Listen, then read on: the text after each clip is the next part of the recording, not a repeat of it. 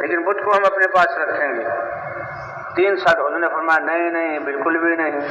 کہا اگر 3 سال کا آہستہ آہستہ ہم اپنے اس معبود کو چھوڑیں گے؟ آپ نے فرمایا نہیں۔ کہا پھر 2 سال کر دیجیے؟ آپ نے فرمایا نہیں۔ کہا پھر 1 سال تو ہم میں رہنے دیں کہ ہم اس سے مانوس ہے، وہ ہمارا الہ تھا۔ حضور نے انکار کیا، حتیٰ کہ 1 مہینے کی بھی اجازت نہ دی، اور فرمایا خبردار ان بتوں کو تو تمہیں چھوڑنا ہوگا۔ وہ کہنے لگے کہ بھئی 1 مہینہ تاکہ ہمارے جو بے وقوف لوگ ہیں ہم ان کو کچھ سمجھا سکیں۔ حضور نے کہ بت کو تو جب تم اسلام لے آئے اور لا الہ الا اللہ کا اقرار کر لو گے تو بت کو چھوڑنے کی اجازت نہیں۔ ہاں یہ ہے کہ ہم ابو سفیان ابن حرب کو اور مغیرہ ابن شعبہ کو بھیجیں گے، تم اپنے ہاتھوں سے بتوں کو مت توڑنا، کیونکہ ان کے دلوں میں تو ان کی عظمت تھی، ان سے وہ ان کو جو اپنا الہ سمجھتے تھے۔ یہ میرے 2 صحابہ ابو سفیان اور مغیرہ یہ ان بتوں کو گرا دیں گے، توڑ پھوڑ دیں گے۔ تو دوسرے انہوں نے یہ جو ہے عرض کیا کہ ہم نماز نہیں پڑھیں گے، کہ ہم نہ نماز پڑھیں گے اور نہ اپنے ہاتھوں سے اپنے بتوں کو توڑیں گے۔ تو حضور نے فرمایا ٹھیک ہے، تم اپنے بتوں کو اپنے ہاتھوں سے نہ توڑو، یہ تو ہم مان لیتے ہیں، لیکن ہمارے صحابہ جائیں گے جب تم اسلام لے آئے تو تمہارے بتوں کو توڑ دیں گے۔ اور نماز یہ تو اللہ کا ایسی عبادت ہے کہ جب تم دین میں آ گئے اس دین میں کوئی خیر ہی نہیں جس میں کوئی نماز نہ ہو، یہ اتنی بڑی بات ہے۔ تو کہیں گے چلیں نماز جو ہے جب آپ اگر نہیں مان رہے تو ہم نماز بھی پڑھنا شروع کریں گے، اگرچہ اس میں ناک کو زمین پر رگڑنا ہے۔ ان کو کیا اس وقت پتہ نہیں تھا کہ یہ تو اللہ کی بارگاہ میں اپنی پیشانی کو اللہ کے سامنے ٹیکنا ہے، یہ کتنی بڑی عزت کی بات ہے۔ تو بھئی یہ ہے حضور کی تربیت اور حضور کی نرمی، اور یہ ہے دعوت کی تاثیر کہ کچھ عرصے پہلے ان طائف والوں نے یعنی حضور کی زندگی میں سب سے برا جو معاملہ کیا تھا ان لوگوں نے کیا تھا، اور یہ ہے نبوت کا جذبہ اور نبوت کی فکر کہ اتنی تکلیف دینے کے بعد اللہ نے فرشتوں کو بھیجا کہ آپ ان سے انتقام لینا چاہیں تو پہاڑوں کو ملا کر ان کو ایسے پیس دیا جائے جسے دانے جو ہے چکی کے 2 پارٹوں میں پس کر آٹا بن جاتے ہیں، لیکن حضور نے فرمایا نہیں، اے اللہ مجھے امید ہے کہ اگر یہ اسلام نہ لائے تو ان کی نسلیں جو ایمان لائیں گی ان کی وجہ سے ان کو میں چھوڑتا ہوں اور ان کی وجہ سے اس کو معاف کرتا ہوں۔ اور اے اللہ اگر آپ راضی ہیں تو مجھے اس تکلیف کی کوئی پرواہ نہیں، اور اگر اس کے علاوہ ہے تو آپ کو راضی کرنا سب سے بڑی چیز۔ تو بھئی یہ ہے دعوت کی طاقت اور یہ ہے اللہ کی سنت۔ اگر اللہ چاہتے تو پہلے مرحلے میں ہدایت دے دیتے، اور حضور صلی اللہ علیہ وسلم کی دعوت سے طاقتور دعوت کس کی ہے؟ آپ سے زیادہ اچھا کون سمجھا سکتا ہے؟ لیکن اللہ کی یہ سنت ہے کہ دعوت کا میدان ایسا کہ انبیاء کی تو آگے سے آگے ترقی ہوتی ہے، اور جو نئے داخل ہو کر دعوت میں داخل ہو کر اسلام جو ہے لاتے ہیں تو ان کے لیے بھی دعوت کا میدان ہے تاکہ ان کی ترقی ہو جیسے کہ صحابہ کی ترقی ہوئی۔ تو بھائی اس حضور کے ہوتے ہوئے صحابہ جیسے طالب ان کی ترقی کے لیے دعوت، تو اب نہ ہمارے زمانے میں اللہ کے رسول رہے، نہ صحابہ ہیں، نہ وہ مجلسیں ہیں، لیکن دعوت والا کام ہے۔ اگر آج ہم اس دعوت کو انہی صفات اور انہی قربانیوں اور انہی جذبات کے ساتھ کریں گے، قربانیاں آئیں گی ان سے ہم نے ڈرنا نہیں، اپنے آپ کو پیش کرنا ہے، تو اللہ تعالی ہماری ایسی ہی تربیت فرمائیں گے جیسی صحابہ کرام کی فرمائی تھی۔ اور آج ہماری دعوت کا نتیجہ قوموں کی ہدایت اللہ ایسے ہی ظاہر کریں گے جیسے صحابہ کرام کے زمانے میں کیا تھا۔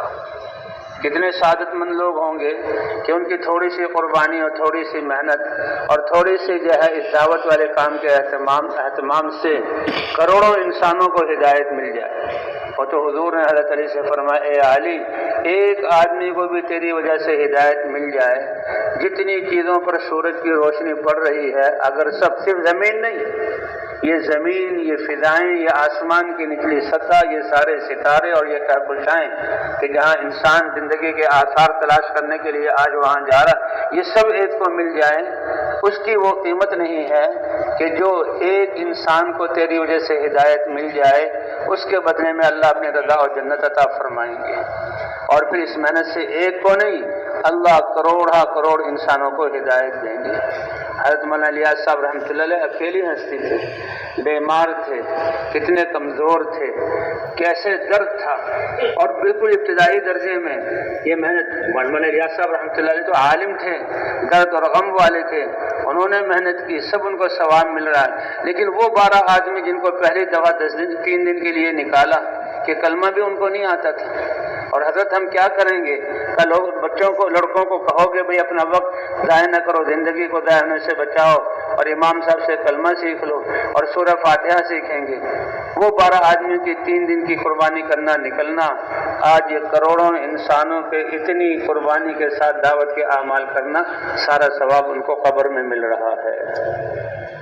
تو کیا خیال ہے بھائی؟ ہم بھی چاہتے ہیں انسانیت کی ہدایت کا ثواب، تو بھائی اس کام کو جیسے کہ بیان ہوا اور یہ بار بار ہمیں کہا جا رہا ہے کہ ہم سطحی اور سرسری پن سے نکل کر سنجیدگی کے ساتھ اس کام کو اپنی زندگی کا مقصد بنا کر اور قربانیوں کے ساتھ اس کام کو کرنے والے بنیں۔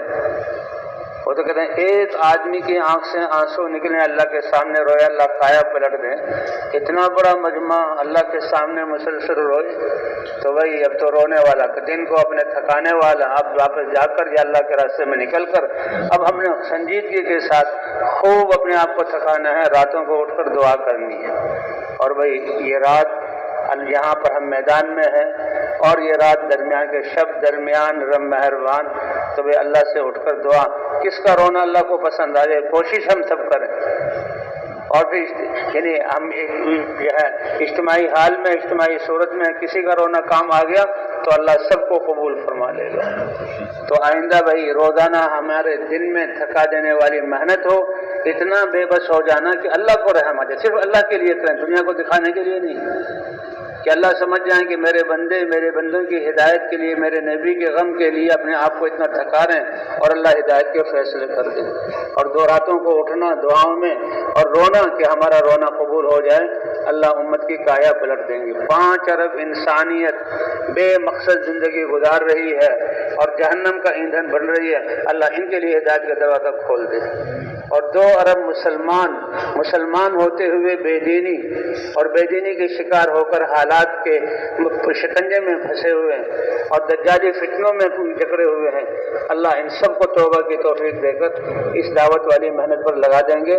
ہمارے یہ ہے دن کی حق سنجیدگی والی محنت اور راتوں کو آنسو بہانے والے رونے سے، تو کریں گے کوشش انشاءاللہ اور مانگیں گے اللہ تعالیٰ سے، تو اللہ تعالیٰ قبول فرمائے۔ اب اللہ سے مانگیں۔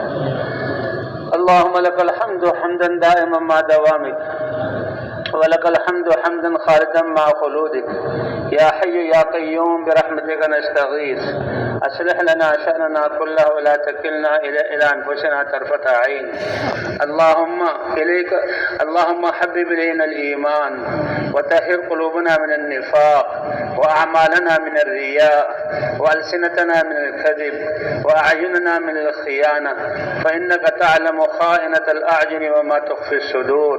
اللهم اغفر لعصاتنا واهد ضالنا وأد ديوننا واقض حاجاتنا وألف بين قلوبنا وأصلح ذات بيننا، اللهم استر عوراتنا وآمن روعاتنا، اللهم ول علينا خيارنا ولا تول علينا بذنوبنا شرارنا، اللهم انصرنا على من عادانا، اللهم اغفر لنا ولوالدينا، رب ارحمهما كما ربيانا صغارا، ولجميع المؤمنين والمؤمنات والمسلمين والمسلمات الأحياء منهم والأموات، إنك سميع مجيب الدعوات۔ وصلى الله على النبي الكريم وعلى آله وصحبه أجمعين، آمين برحمتك يا أرحم الراحمين۔